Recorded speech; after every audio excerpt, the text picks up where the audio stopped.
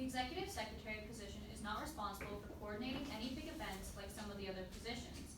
Knowing this, how will you expand upon your role beyond what is stated in your bylaws? So, as I mentioned earlier with my speech, there is going to be absolutely no shortage of communication between me and other board members. I'll actively collaborate with them to find ways to make their job a little easier by providing them the resources they need to actually execute their event as well, as impactfully as they want. Miscommunication and lack of awareness are common challenges for any executive board. As executive secretary, you're responsible for taking minutes and keeping the board organized. How do you plan on staying on top of these tasks and ensuring smooth organization?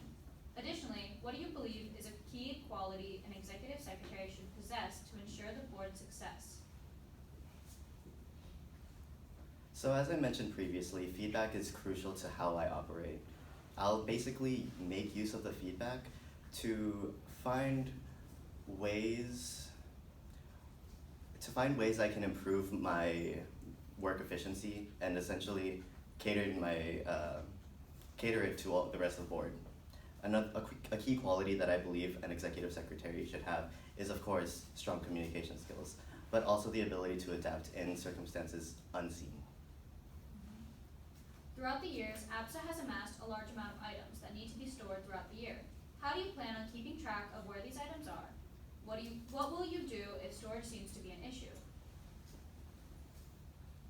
So the way I would tackle that situation is by maintaining an up-to-date document that lists every bit of property that APSA owns. And before and after events, I'll check in with the hosts to make sure that they have everything they need to execute their plans, and especially check with them afterward to make sure there is nothing lost. Could you repeat to me what the last bit was? What will you do if storage seems to be an issue? If storage appears to be an issue, I will find people I can trust to store the items safely, and essentially that. Okay, moving into audience Q&A.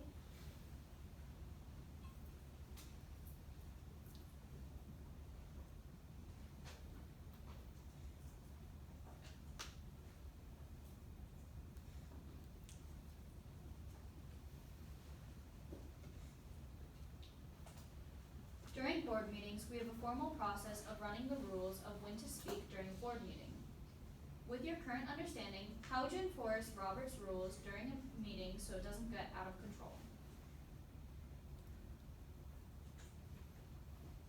Can I hear that question just one more time, please? During board meetings, we have a formal process of running the rules of when to speak during a meeting. With your current understanding, how would you enforce Robert's rules during meetings so it doesn't get out of control? So first, I actually have to consider what Robert's rules are. In order to create a fair speaking space for everybody, I'll make sure I have a thorough understanding of what that is and make sure to enforce it, just so that nobody oversteps their speaking time. I won't, additionally, I won't hesitate to step forward if it gets out of hand.